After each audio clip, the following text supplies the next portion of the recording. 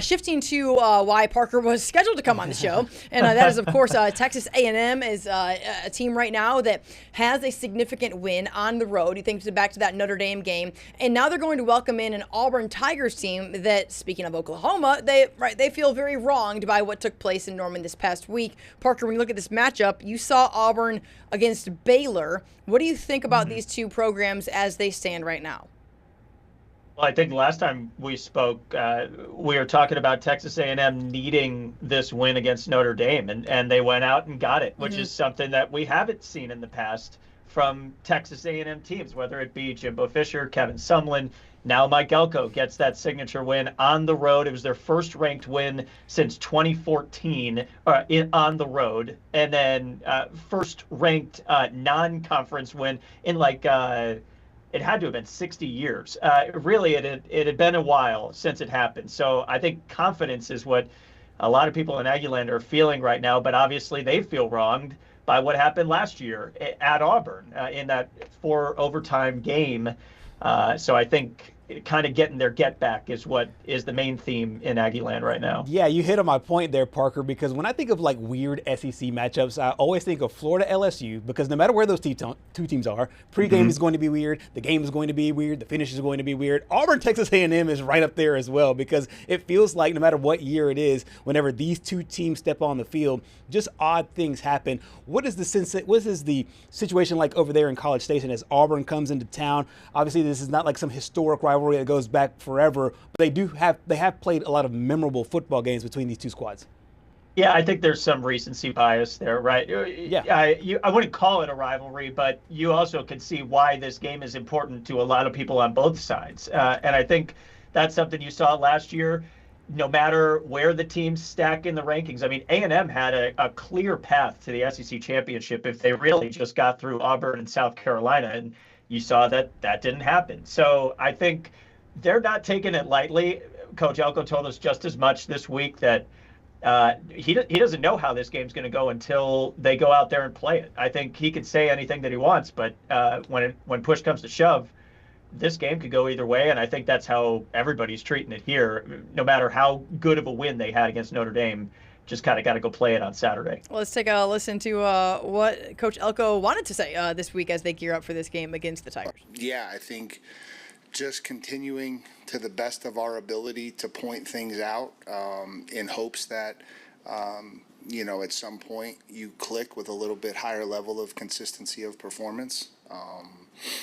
Obviously, if I had a better answer, we would have solved it already. And that's not an excuse. It's just a reality. Still extremely diligent at it, still working hard at it, still trying to find creative ways to get it, what with how we teach, how we call things, what we call, what we do, what they're comfortable doing, and just still trying to find that recipe to get that right. And it does seem as though that when you win, that mental mistakes, there's just not so much of a spotlight on mental mistakes as opposed to when you're losing, right? I mean, if you're losing and there's mental mistakes, then you're under a ton of scrutiny. Look at what happened in Tuscaloosa when they, obviously with Alabama losing to Florida State, and hey, is there a lack of effort? Is there this or whatever? When you're 3-0, going home to begin SEC play, and mental mistakes might not seem like a glaring thing yet. I think Mike Elko is seasoned enough to understand that you might want to see this through and correct whatever wrongs he does see. Parker, is there something specific that you can point to or that he is talking about that maybe we just are unaware of because we're not watching A&M as closely as maybe you are?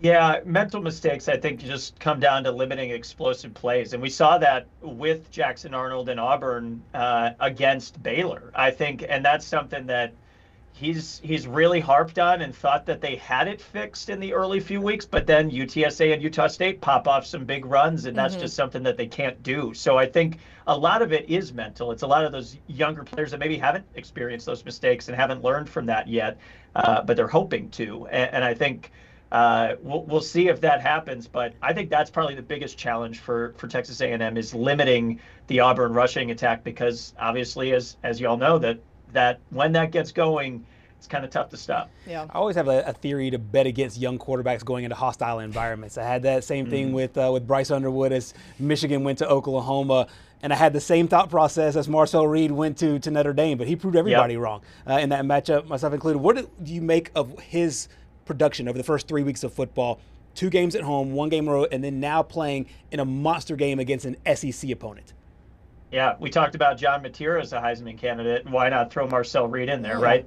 He's played beyond his years, I think, on the football field to start this out. And I think it went through a big quarterback shuffle. It took him a while to get that starting job. Connor Wigman, obviously, over at Houston now. But this is Marcel Reed's team, and I think he really showed it for the first time against Notre Dame. He had that game against LSU last year that everybody was like, oh, maybe this guy could be something. This was the first game where everybody said, this is our quarterback, and he could be one of the best in the country. And I think this game goes a long way towards showing that, too. This isn't an easier game by any stretch. I want to ask you about one of his weapons in Mario Craver, a guy from the state of Alabama. We watched him there in the Birmingham area. Of course, went to Mississippi State, and in his time there, 17 receptions, 3 touchdowns in the season. I'm not sure how many games he played. I'm not clicking through it, but this year, 20 receptions, 4 touchdowns already. How much of a difference maker has he been for this Aggie program to this point? Just incredible. I think that's something that's really been holding the Aggies back, at least the offense-wise, through the past couple years, is not having multiple receiving threats.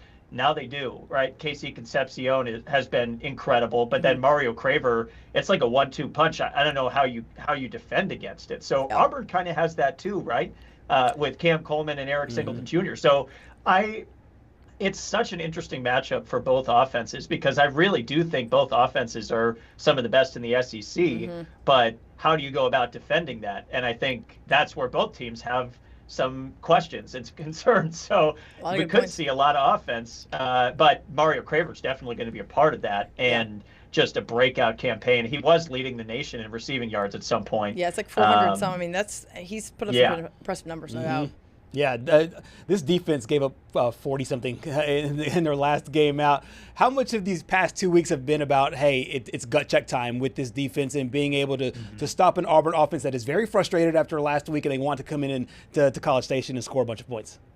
That actually might be all of it. I think that's been all the emphasis. And that's something that's been happening since week 1 against UTSA when they gave up over 200 rushing yards. I think that is something where you got to fix those if you're going to be a serious contender in the SEC. And when you start SEC play, you want to start fast, you want to hit the ground running, and that's something that they really got to fix. Even from their captains, they've been saying that too, is that just, it can't happen. And it shouldn't happen with the talent that they have. But ultimately it just comes down to making plays, and they got to do that. Parker Rehm, appreciate your time today and versatility, of course, talking John Mateer, talking Baylor. He's like plug and play. I mean, Parker Rehm's going to come on and he talk about Auburn better than us, and we're in Auburn, or at least better than me. But, hey, listen, man, I appreciate your time and your insight, no question, and we will bring it back on as we roll forward into the SEC slate, man. It's going to get wild, as it often does. Yeah, sounds good. Just let me know if you guys need me to talk any more Oklahoma football. I'll be on standby. Multi-talented Parker Rehm got you. from Waco. Appreciate it, sir. Thanks.